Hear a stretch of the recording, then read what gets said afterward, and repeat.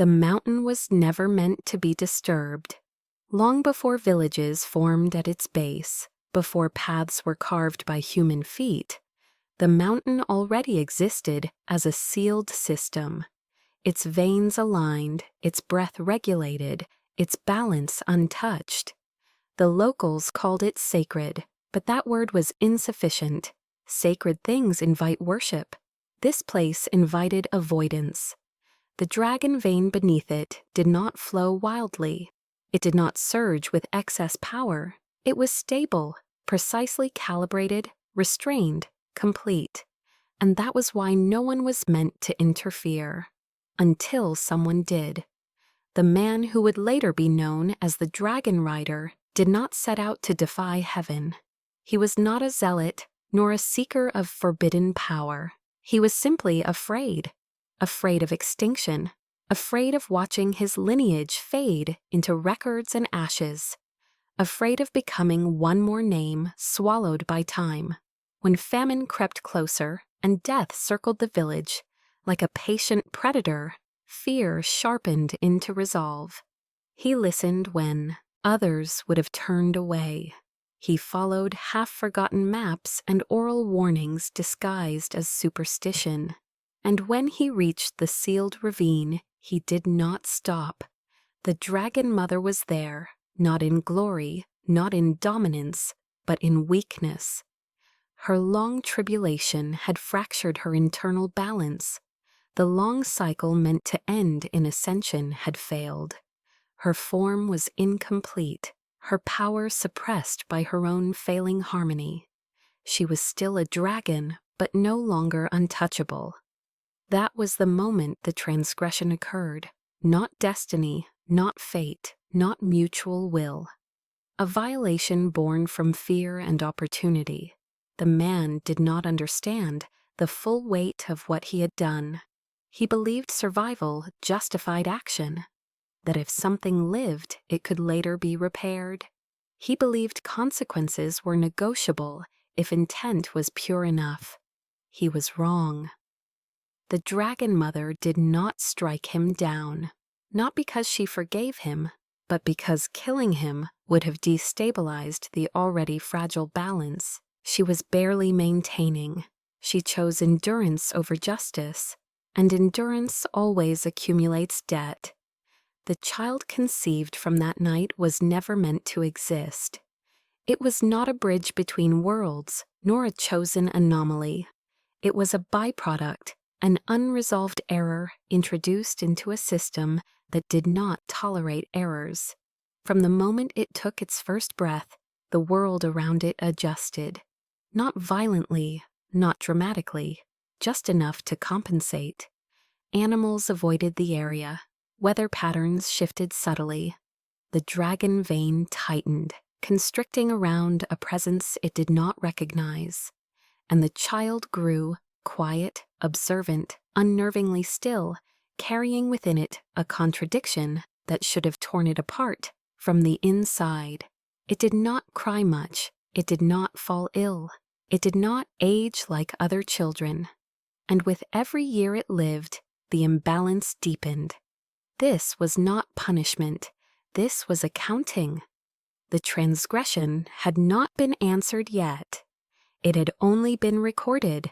The child did not bring catastrophe. That was the cruelest part. If disasters had followed its birth, if floods had risen, if the mountain had collapsed, if the village had burned, then the cause would have been easy to name. Fear would have found a target. Judgment would have come swiftly. But nothing happened. At least, nothing obvious.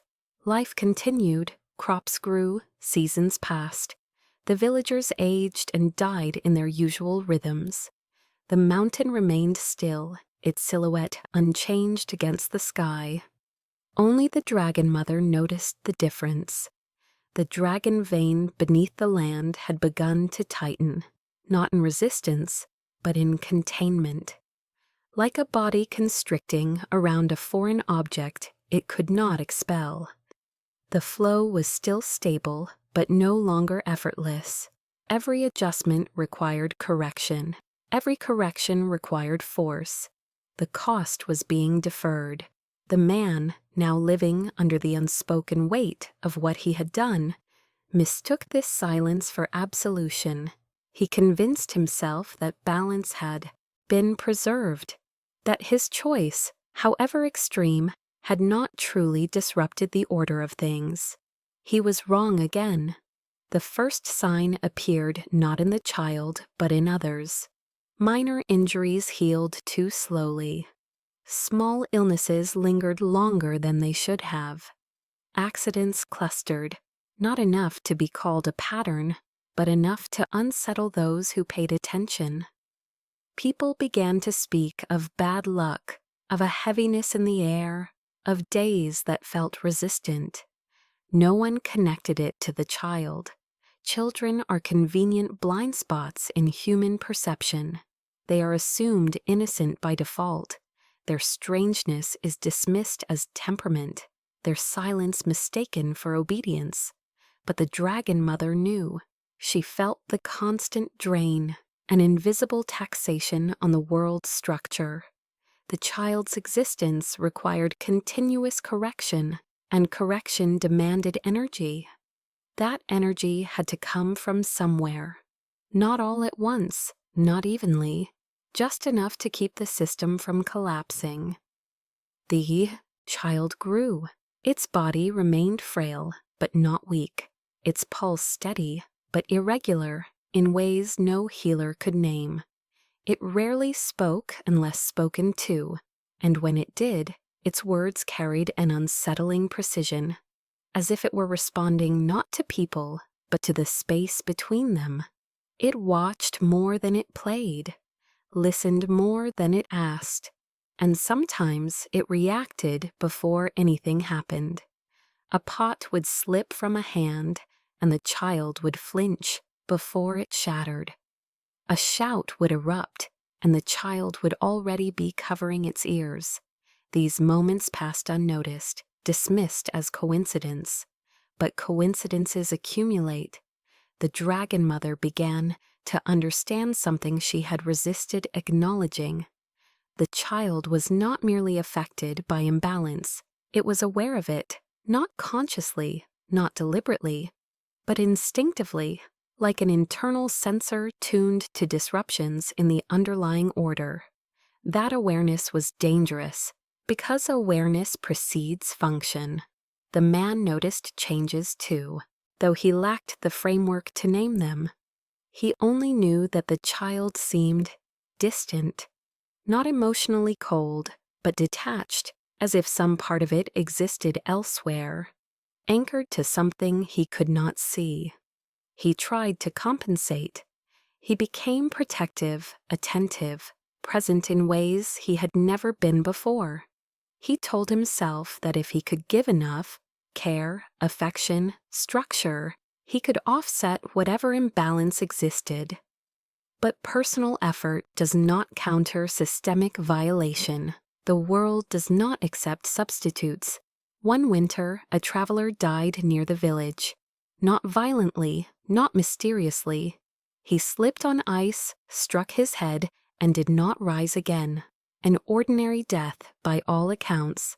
But the dragon vein shifted that night, just slightly, enough for the dragon mother to feel it. The child woke screaming, not from pain, from pressure.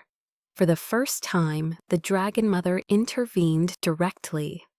She drew a portion of the imbalance into herself, stabilizing the flow. The screaming stopped. The child slept, but she knew what that meant. The debt was no longer passive. It was beginning to demand a collector. The man sensed the shift, but misunderstood its direction.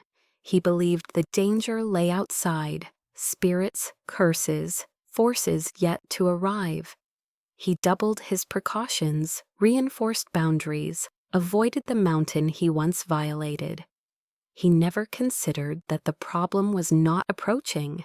It was already living in his home, not as a monster, not as a threat, but as a necessary correction waiting to be assigned. The child did not know this yet, but the world did. And the world was adjusting its expectations. The child's awareness did not announce itself. It did not arrive as visions, voices, or revelations. There were no prophecies whispered in dreams, no sudden clarity, no moment of awakening that could be named and remembered. It emerged the way pressure does, gradually, invisibly, until movement itself became difficult. By its 7th year, the child no longer reacted before events. It reacted with them. When something slipped out of alignment, when a decision bent too far, when intent and outcome diverged, the child felt a subtle constriction in its chest. Not pain, not fear, just resistance, as if the world itself were momentarily pushing back. At first, these sensations passed quickly. The child learned to ignore them, the way one learns to ignore the feeling of tight clothing or stale air. But ignoring did not make them disappear. It only delayed the body's response. One afternoon, a man from the neighboring settlement arrived seeking help. He was not desperate. He was confident. He carried offerings and spoke politely. But his purpose was transactional. He wanted guidance, direction on how to realign his fortune after a string of losses. He had already consulted others. They had failed. The dragon rider refused him, not out of wisdom, but caution. He had learned to avoid involvement in matters that brushed against unseen structures. He believed restraint itself was a form of atonement. The man left dissatisfied. That night, the child could not breathe. The pressure came suddenly, sharp, compressive, as if something unseen had clenched around its lungs. It collapsed, gasping, unable to draw air. The dragon mother intervened again, channeling stabilizing force into the surrounding flow. The pressure eased, but the message did not. The dragon mother understood then. The child was no longer merely detecting imbalance. It was being positioned to respond to it. The world was beginning to treat the child as a point of correction. Not chosen, not ordained, assigned. From that moment on, the sensations grew more precise. The child began to distinguish between disturbances. Some felt shallow, passing irregularities that corrected themselves. Others carried depth, weight, a sense of unresolved tension that lingered like a held breath. When those deeper disturbances went unaddressed, the pressure returned, always measured, always proportional, never cruel, never kind. The dragon rider noticed the pattern too late. He began to realize that incidents in the surrounding regions, minor accidents, sudden illnesses, inexplicable misfortunes, often coincided with the child's episodes, not directly, not predictably, but frequently enough to suggest correlation. He did not speak this thought aloud. Some realizations collapse under their own weight when named. Instead, he tried to control the environment. He discouraged visitors, limited interactions, reduced exposure. If the child could not be triggered, perhaps the pressure would not accumulate. The world adjusted. Imbalances began occurring closer. Within the village, within the household. A neighbor fell ill after performing a small, self-serving ritual. A relative suffered a break following a greedy land arrangement. Each time, the child felt the constriction, and each time relief followed after the consequence manifested elsewhere. That was when the child understood something crucial, not intellectually, but physically. When imbalance was allowed to resolve without it, the cost did not vanish, it relocated. The child did not yet know why this was so, only that the world behaved differently depending on whether it remained passive or present. Presence mattered. The dragon mother could no longer deny the trajectory. A system under strain will always seek a stabilizing mechanism, and when none exists, it will create one, even if that mechanism was never meant to endure the role. She had survived by enduring imbalance. The child was being shaped to absorb it. One night, she spoke the truth she had been avoiding. "You are not sick," she told the child. "You are being used." The child did not ask by whom. It already knew. Not the villagers. Not the man who caused its existence. The system itself. Order does not negotiate. It reallocates. From that point forward, the pressure no longer surprised the child. It began to anticipate it, not in time, but in weight. The deeper the distortion, the heavier the resistance. And with anticipation came a dangerous clarity. If it moved toward the source, the pressure eased sooner. If it stayed away, the pressure intensified until release occurred elsewhere. This was not choice, it was conditioning. The dragon mother watched as the child began to stand up during episodes, not running, not panicking, simply orienting itself toward the disturbance like a compass needle finding north. Each time the world responded, quietly, efficiently. The dragon rider still believed restraint could save them. He did not yet understand that the absence of action had already become an action, and the shape of consequence was no longer abstract. It was taking form. Containment failed quietly. There was no single event that marked its collapse, no scream, no omen, no visible rupture in the land. What failed was something more fragile, the belief that distance alone could protect what should never have existed. The dragon rider had structured their lives around withdrawal. Fewer visitors, narrowed paths, limited contact. He believed that if the child were shielded from the world's distortions, the world would eventually stabilize on its own. But systems under strain do not heal through isolation, they reroute. Disturbances began surfacing farther away, but their effects returned closer. Like pressure traveling through hidden channels, the child felt them regardless of distance, and now the sensations lingered longer, sharper, more focused, not chaotic, targeted.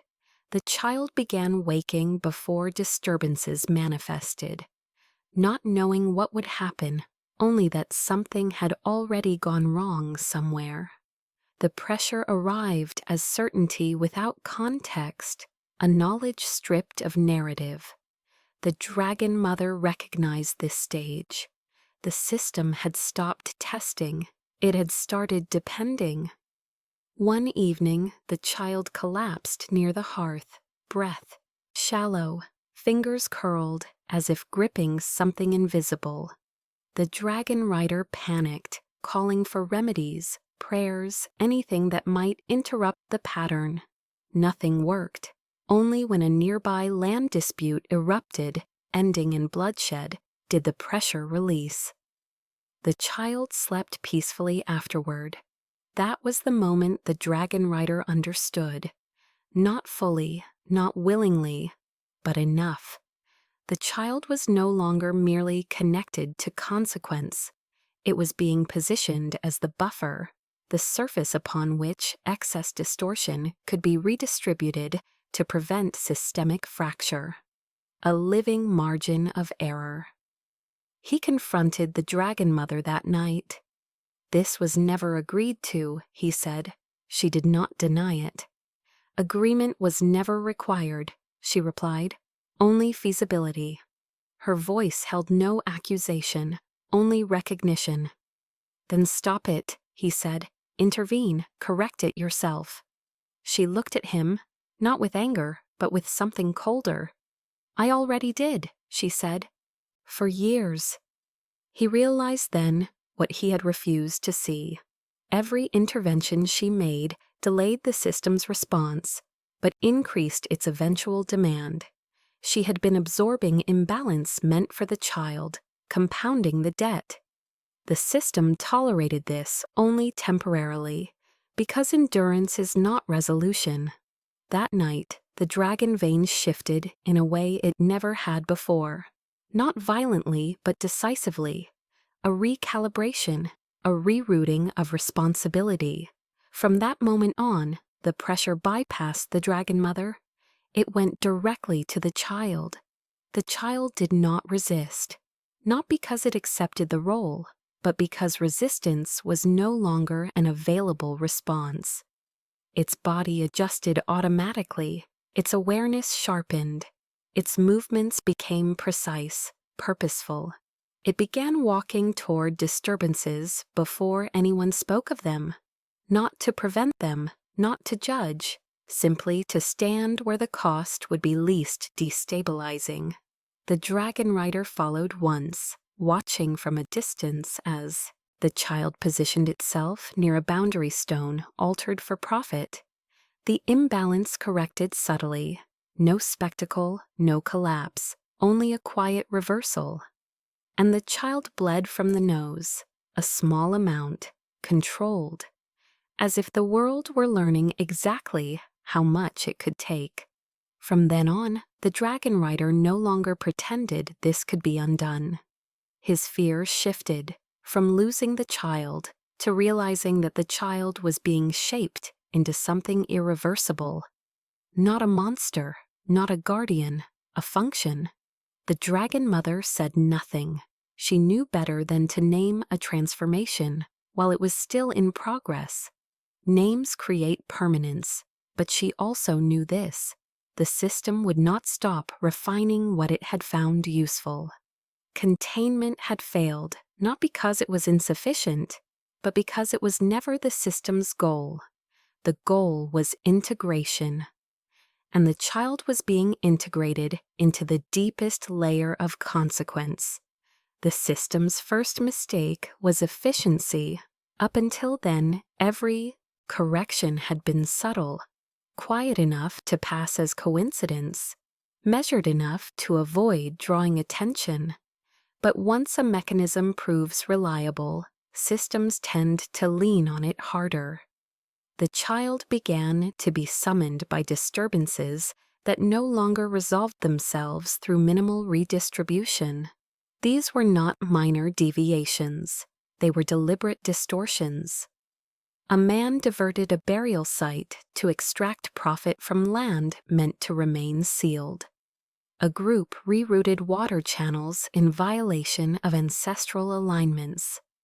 A practitioner performed a binding ritual meant to push misfortune onto another bloodline. Each act alone was survivable. Together, they strained the structure. The pressure that reached the child this time was different. It did not constrict. It pulled. A steady directional force, as if the imbalance itself were calling, drawing the child toward the fault like gravity toward mass. The dragon mother felt it too. "This one cannot be absorbed," she said. The child did not respond. It was already moving.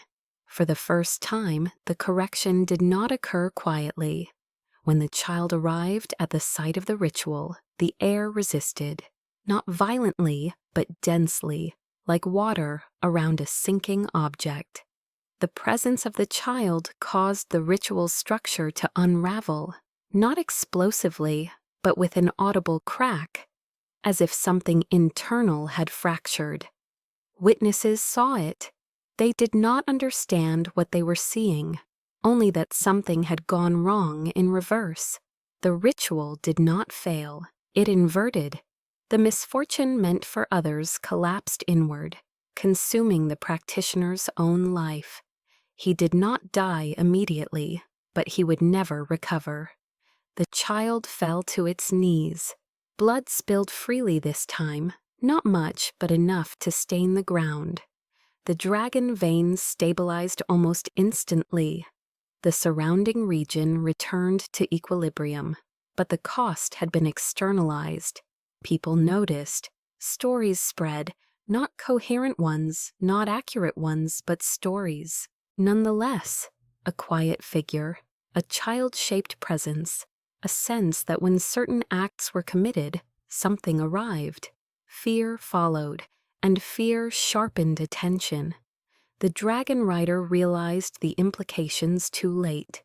The child could no longer exist unnoticed. The system's corrections had begun, leaving footprints. This was not supposed to happen. The dragon mother knew what this meant. Once correction becomes visible, it invites interference. Others would seek it, some to exploit, some to destroy, and not all observers would be human. That night, the dragon vein trembled, not in distress, but in recognition. Something ancient had taken notice, not offended, not alarmed, interested. The child lay unconscious for 2 days. During that time, the dragon mother did not leave its side. She did not attempt to heal what could not be healed. She simply remained present, anchoring what little autonomy the child still possessed. When the child woke, its eyes were clearer, not brighter, not stronger, just emptier. Did it work? It asked. Yes, the dragon mother replied. Will it happen again? Yes. The child nodded. No relief, no pride, only confirmation. The system had crossed a threshold. Correction was no longer passive, and the child was no longer invisible. Somewhere beyond the human realm, balances older than memory began recalculating.